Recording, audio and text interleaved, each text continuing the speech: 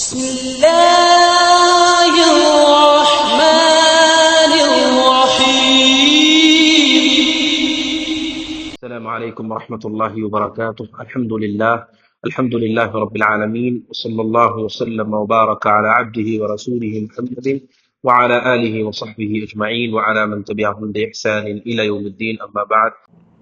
وعلیکم السلام ورحمۃ اللہ وبرکاتہ۔ دیکھیے بھائی، جو سوال آپ نے کیا ہے، جو پوسٹ آپ نے بھیجی ہے، اس میں جو دکھا رہے ہیں کہ ارطغرل ڈرامے کے اندر کوئی بھی سلفی یا اہل حدیث نہیں دکھایا جا رہا ہے، اور اس سے وہ نتیجہ یہ نکال رہے ہیں کہ یہ لوگ جو ہے بعد میں پیدا ہوئے ہیں، اس وقت ان کا وجود نہیں تھا۔ سب سے پہلی بات یہ ہے کہ یہ اس قدر افسوس کی بات ہے کہ ہماری علمی صلاحیتیں اتنی کمزور ہو چکی ہیں، اتنے ہم بےراروی کا شکار ہو چکے ہیں کہ ہم یہ بھی نہیں پہچانتے کہ دلیل کس کو کہتے ہیں۔ کیا ڈرامے میں کسی کا ہونا نہ ہونا حق اور باطل کی دلیل ہے؟ انا للہ و انا الیہ راجعون۔ یہ علمی زوال ہے کہ ہم یہ بھی نہیں جانتے کہ دلیل کسے کہتے ہیں۔ قرآن و سنت، صحابہ کرام کا طریقہ، سلف کا طریقہ، یہ دلیل ہے۔ کوئی شخص اپنے آپ کو حق پر کہتا ہے، وہ اپنی حقانیت کو قرآن سے، سنت سے، صحابہ کرام کی زندگیوں سے، سلف صالحین کی زندگیوں سے بتائے، یہ دلیل ہوتی ہے۔ یہ جو ڈرامہ آج کوئی شخص لکھ رہا ہے، اس پر کردار ادا کرنے والے یا اداکار ہیں، اس کے ذریعے کوئی بتا رہا ہے کہ آپ اس میں نہیں ہیں۔ جو نہیں دکھا رہا ہے وہ اس کا ظلم ہے کہ اس نے سلفی اور سلفیت کو چھپانے کی کوشش کی اور صوفیت کو ظاہر کرنے کی کوشش کی۔ اس کی اپنی غلطی اور اس کا اپنا جرم ہے کہ اس سے انصاف اور عدل سے کام نہیں لیا۔ یاد رکھیں، سلفی یا اہل حدیث وہ لوگ ہیں جو یہ کہتے ہیں کہ صحیح طریقہ وہ طریقہ ہے جس پر نبی کریم صلی اللہ علیہ وسلم اور آپ کے صحابہ اور سلف رہے، اور یہی حق ہے اور یہی نجات ہے۔ اور ہماری شروعات اس وقت سے جب سے اسلام کی شروعات ہے، اس لیے کہ ہم اسی حقیقی اسلام کی طرف بلاتے ہیں۔ ہم نئے لوگوں کی طرف، نئی جماعتوں کی طرف، نئی تحریکوں کی طرف نہیں بلاتے۔ ہم قرآن و سنت اور صحابہ کرام رضوان اللہ علیہم اجمعین کے طریقے کی طرف بلاتے ہیں، ان کے راستے پر چلنے کی دعوت دیتے ہیں۔ تو جو اپنے آپ کو حق پہ کہہ رہے ہیں، ان کو چاہیے کہ وہ اپنے آپ کو ثابت کریں قرآن اور سنت سے، صحابہ کرام کے عمل سے۔ آپ بتائیے، یہ ہم سے کہہ رہے ہیں کہ آپ اس ڈرامے میں نہیں ہیں جو اتنے سال پرانا ڈرامہ تاریخ پر مشتمل ڈرامہ ہم بنا رہے ہیں۔ ہمارا سوال یہ ہے کہ کیا 30 ہجری تک حضرت علی رضی اللہ تعالیٰ عنہ کی خلافت تک، خلفاء راشدین کا دور، پھر حضرت امیر معاویہ رضی اللہ عنہ کا دور، صحابی رسول کا دور، کیا کوئی ایسا شخص ہے جو یہ کہے کہ اس دور میں کوئی حنفی تھا، کوئی شافعی اور مالکی تھا، کوئی نقشبندی، کوئی سہروردی تھا؟ یہ سب فرقے بعد میں وجود میں آئے ہیں۔ جب ان کا وجود ہی نہیں تو حق پہ کیسے ہو سکتے ہیں؟ حق پر وہ ہیں جو صحابہ کرام کے طریقے پر قائم ہیں، اور صحابہ کرام اللہ کے نبی صلی اللہ علیہ وسلم کی بتائے ہوئے تعلیمات اور وحی پر قائم تھے۔ تو یہ ہماری دعوت ہے اور یہی ہماری حقانیت ہے۔ جو بھی آپ قرآن کی آیت پیش کرتے وہ ہماری دلیل ہے، جو بھی آپ حدیث پیش کریں وہ ہماری دلیل ہے، آپ صحابہ کا عمل پیش کریں وہ ہماری دلیل ہے۔ صوفیت بعد میں پھیلی، صوفیت کی ابتدا اور آغاز بعد میں ہوا، اور صوفیت کی جو شکل وہ پیش کرتے ہیں شروع زمانوں سے، وہ شکل ایسی نہیں ہے جیسے یہ پیش کرتے ہیں، بلکہ بعد میں اس کے اندر بہت ساری گمراہیاں آ گئی، کفر اس کے اندر داخل ہو گیا۔ صوفیہ کے اندر بعض ایسے عقائد ہیں جو کفریہ عقائد ہے، وحدت الوجود کا عقیدہ، وحدت الشہود کا عقیدہ، اس طریقے کے عقائد ان کے داخل ہو گئے۔ جبکہ سلفیت اور اہل حدیث کہتے ہیں کہ عقیدہ وہ ہونا چاہیے جو صحابہ کا رہا، صحابہ کے شاگردوں کا رہا، جو حق پر قائم رہنے والے لوگ ہیں، وہ لوگ ہیں جو صحابہ کرام کے طریقے پر، نبی صلی اللہ علیہ وسلم کے طریقے پر، قرآن و سنت پر باقی ہے۔ اور ایک بات میں کہنا چاہتا ہوں، وہ یہ ہے کہ جو سلفی ہیں، اہل حق ہیں، کبھی بھی زمین ان سے خالی نہیں رہے گی، قیامت تک یہ طبقہ زمین پر باقی رہے گا۔ حدیث میں نبی کریم صلی اللہ علیہ وسلم نے فرمایا، لا تزال طائفۃ من امتی ظاہرین علی الحق، ایک طبقہ میری امت کا ہمیشہ حق پر غالب رہے گا۔ اس سے مراد وہی لوگ ہیں جو قرآن و سنت اور صحابہ کے طریقے پر ہیں، اور یہ ہر دور اور ہر زمانے میں موجود رہیں گے۔ نبی صلی اللہ علیہ وسلم کی طرف سے وعدہ ہے، کبھی زمین خالی نہیں ہوگی ان لوگوں سے۔ تو یہ کہنا کہ اس تاریخ میں ہم لوگ تھے ہی نہیں، بعد میں بنایا گیا، یہ ظلم ہے۔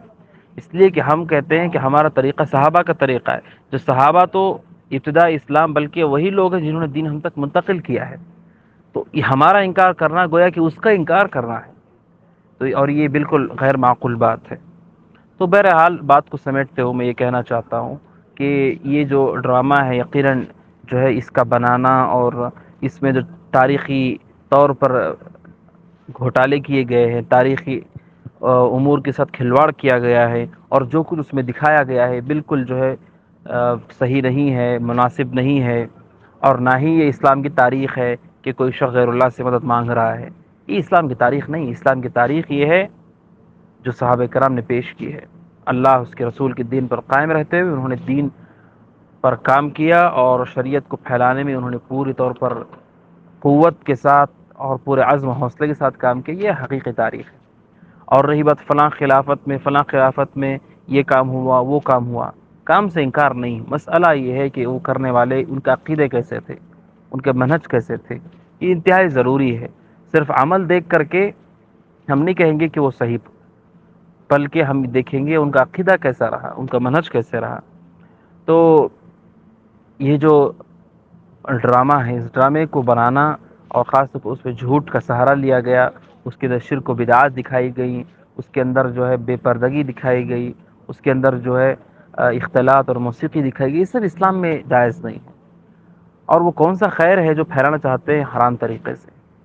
خیر پھیلے گا تو صحیح طریقے سے، اور اس کا کوئی فائدہ نہیں ہے کہ آپ جو کام صحیح سمجھ رہے ہیں اس کو غلط طریقے سے آپ پیش کریں۔ کوئی شخص چوری کر کے صدقہ کریں تو اس کو صدقہ قبول نہیں ہے۔ ان اللہ طیب لا يقبل الا طیبا، اللہ تعالیٰ پاک ہے اور پاک چیز ہی کو اللہ قبول فرماتے ہیں۔ تو یہ ڈرامے کو اتنے سارے امور پر، شرک پر، بدعات پر، صوفیت پر، موسیقی پر، بے پردگی پر، جھوٹ پر مشتمل کر کے ہم کیا فائدہ پہنچا رہے ہیں؟ اللہ سے ڈرنے کی ضرورت ہے، ان سارے امور سے دور رہنا چاہیے، اور اپنے آپ کو صحیح عقیدے اور صحیح منہج پر قائم رکھنا ضروری ہے۔ اور یہ ان لوگوں کی آزمائش ہے جو ایمان والے ہیں، جو علم سے کٹے ہوئے ہیں، کہ جب وہ ان ساری امور کو دیکھتے ہیں، حالانکہ دیکھنا نہیں چاہیے، لیکن جب دیکھتے ہیں تو ان کو لگتا ہے کہ اس میں ہمیں نہیں دکھایا گیا، تو انہیں شک ہونے لگتا ہے۔ یہ فتنہ ہے۔ جو بنانے والے ہیں انہوں نے تعصب سے کام لیا، اور انہوں نے ناانصافی سے کام لیا، اور انہوں نے اس کی بنیاد پہ اس کو بنایا ہے، فلمایا ہے۔ یہ آزمائش کا وقت ہے۔ ایسے وقت ہمیں چاہیے کہ ہم سے پہلی چیز تو ہم توبہ کریں کہ ہم اس طریقے کی چیزیں جو جائز نہیں اس کو نہ دیکھیں، اور ہم ان جیسے امور سے دور رہیں اور دین پر ثابت قدم رہیں، ثبات سے کام لیں۔ بعض لوگ تشویش کا اظہار کر رہے ہیں، ہمیں چاہیے کہ ہم اللہ کے دین کی طرف لوٹیں، قرآن سنت کی طرف لوٹیں۔ جو بھی اللہ کے راستے میں محنت کرنے والے جتنے بھی حکمران تھے، خلفاء تھے، اور توحید کے ساتھ دنیا سے رخصت ہوئے، اللہ تعالیٰ ان کو جزائے خیر دے، اور اللہ تعالیٰ ان کے درجات کو بلند کرے، اور اللہ تبارک و تعالیٰ ان کی غلطیوں کو معاف کرے۔ ہم ان کے لیے دعا کرتے ہیں، ان کے لیے رحم کے اللہ سے دعا کرتے ہیں، استغفار کرتے ہیں ان کے لیے کہ اللہ تعالیٰ ان کی گناہوں کو معاف کرے، ان کے لیے استغفار طلب کرتے ہیں۔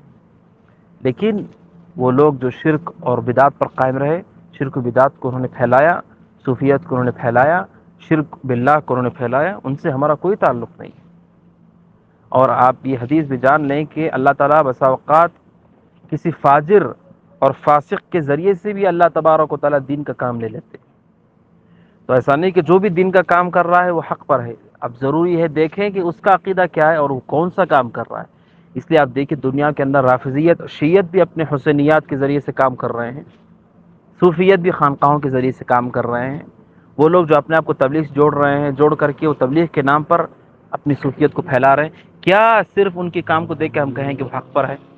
بالکل نہیں۔ ہم دیکھیں ان کا منہج کیسا ہے، وہ کیا دعوت دے رہے ہیں، کس کی طرف دعوت دے رہے ہیں۔ دعوت یہ ہے کہ ہم اللہ کی طرف، اس کے رسول کی طرف، شریعت اسلامیہ کی طرف، صحابہ کرام کی طرف دعوت دیں، ان کے عمل کی طرف دعوت دیں، ان کے منہج کی طرف دعوت دیں۔ یہ جو ہے دعوت حق اور صحیح اور درست دعوت ہے۔ اور آخر میں یہ بات کہنا چاہتا ہوں کہ ایک مسلمان کا جو وقت ہے وہ انتہائی قیمتی ہوتا ہے۔ اپنے قیمتی وقت کو ایسے فضول ڈراموں کے اندر، ایسی چیزوں کے اندر نہ لگائیں۔ وقت کی قدر کریں، وقت کی اہمیت ہے، یہ زندگی کا خلاصہ ہے۔ جتنی عمر ہم کو ملی ہے وہ وقت پر مشتمل ہے۔ اگر وقت ہم نے ضائع کیا تو ہم اپنی عمر کو ضائع کر رہے ہیں، کل قیامت کے دن ہمیں اس کا حساب دینا ہے۔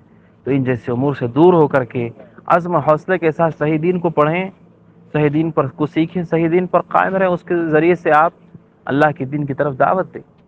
اور رہی بات اہل حق کی، وہ ہمیشہ ہر دور میں رہیں گے جو صحابہ کے طریقے پر قائم ہیں، کبھی کم یا کبھی زیادہ، لیکن کبھی زمین ان سے خالی نہیں رہے گی، یہ زمین پر ہمیشہ باقی رہیں گے۔ تو یہ جو ہے اس سے متعلق کچھ باتیں تھیں. اللہ تبارک و تعالیٰ سے دعا ہے کہ اللہ تعالیٰ مجھے اور آپ کو سارے مسلمانوں کو اللہ تعالیٰ ہدایت نصیب فرمائے، اس پر استقامت نصیب فرمائے. اللہ تعالیٰ ہمیں صحابہ اور سلف صالحین کے طریقے پر قائم رکھے، اور اللہ تعالیٰ ہمیں ہر قسم کی شر اور فتنے سے اللہ تعالیٰ ہم سب کی حفاظت فرمائے. آمین. صلی اللہ وسلم علی نبینا محمد وعلی آلہ وصحبہ اجمعین. السلام علیکم ورحمۃ اللہ وبرکاتہ. وقل جاء الحق وزهق الباطل إن الباطل كان زهوقا